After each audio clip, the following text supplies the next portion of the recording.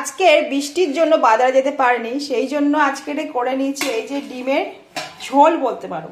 কষা কষা ডিমের তরকারি আমি করতেই পারবো না, কারণ আমাদের বাড়িতে পাঁচজন মানুষ ভাত দিয়ে খাবে, তো সেই জন্য ডিমের আমি ঝোল করে নিয়েছি, একটু গা মাখা মাখা করেছি। আর তার সাথে যেটা করেছি, এই যে চুবড়ির মধ্যে ঢাকা দেওয়া আছে ভাত। কেন বলছি শোনো, গতকাল রাতে না অনেকটা ভাত ছিল, সেই ভাতটা কেউ পান্তা ভাত খাবে না, সেই জন্য অল্প একটু চাল দিয়ে আমি ভাতটাকে করে নিয়েছি, যাতে খারাপ না হয়ে যায়, সেই জন্য এরকম একটা চুবড়ি ঢাকা দিয়ে রেখে দিয়েছি। সকাল সকাল খেয়ে নিতে হয় ভাতটা, কিছু করার নেই।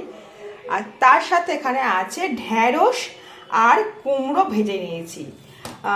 আজকে খুব কম তেলে ঢ্যাঁড়স কুমড়োটা ভেজেছি, কারণ তোমার দাদাভাই কতদিন ধরে বলছে যে বড্ড তেল দিয়ে ভাজা হয়ে যাচ্ছে, সেই জন্য একটু অল্প করে তেলে ভেজেছি। জানি না কেমন হবে, আমার মনটা ঠিক হচ্ছে না। আমার একটু তেল দিয়ে না বা ভাজলে না আমার একদম ভালো লাগে না।